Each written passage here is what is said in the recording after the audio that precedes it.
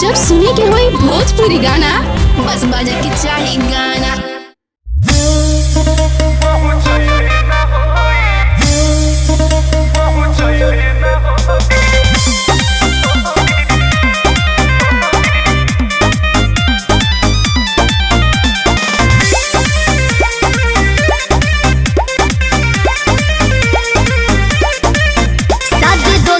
से हम कले हो तू का करब हो, अरे प्यार करब कि तू देखी देखी जरब हो।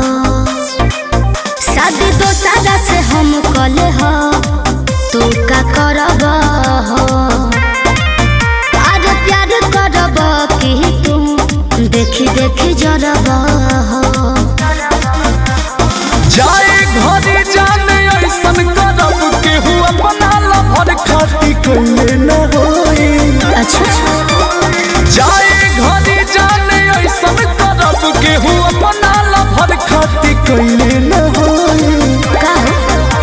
तो केहू के यार सुन बन के कहर डोली ससुराल पहुँचैले न होई। केहू के यार सुन बन के कहर डोली ससुराल पहुँचैले न होई। केहू के यार सुन बन के कहर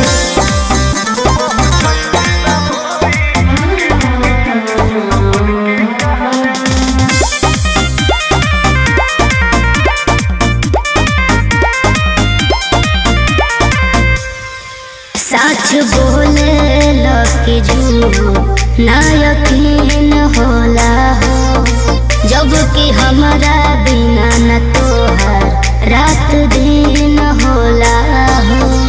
अपना प्यार में न तुहके बदनाम करब हो, तोहर नाम लेके जियल सुबह शाम करब हो। प्यार के अपना विदाई को के केहू पत्थर करे जा पढ़ले न होई। प्यार के अपना विदाई को के केहू पत्थर करे जा पढ़ले न होई।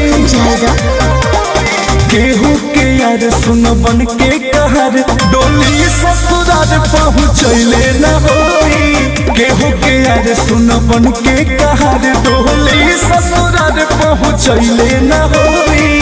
केहू के यार सुन बन के कहर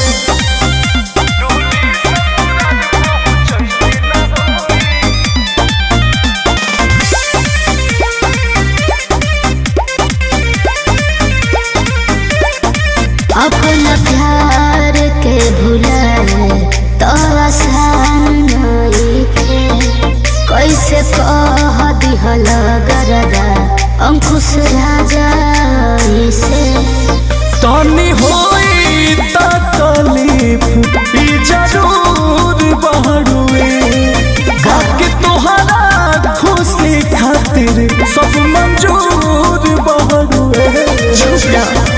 दिल के दो टुकड़ा हो जाए केहू ऐसन कुर्बानी कइले न होई। दिल के दो टुकड़ा हो जाए केहू ऐसन कुर्बानी कइले न होई।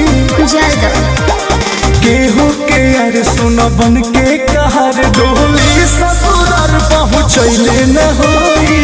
केहू के यार सुन बन के कहर डोली ससुराल पहुँचैले न होई। केहू के यार सुन बन के कहर जाए घरे जाने ऐसन करब केहू अपना लभर खाती कइले न होई। केहू के यार सुन बन के कहर डोली ससुराल पहुँचैले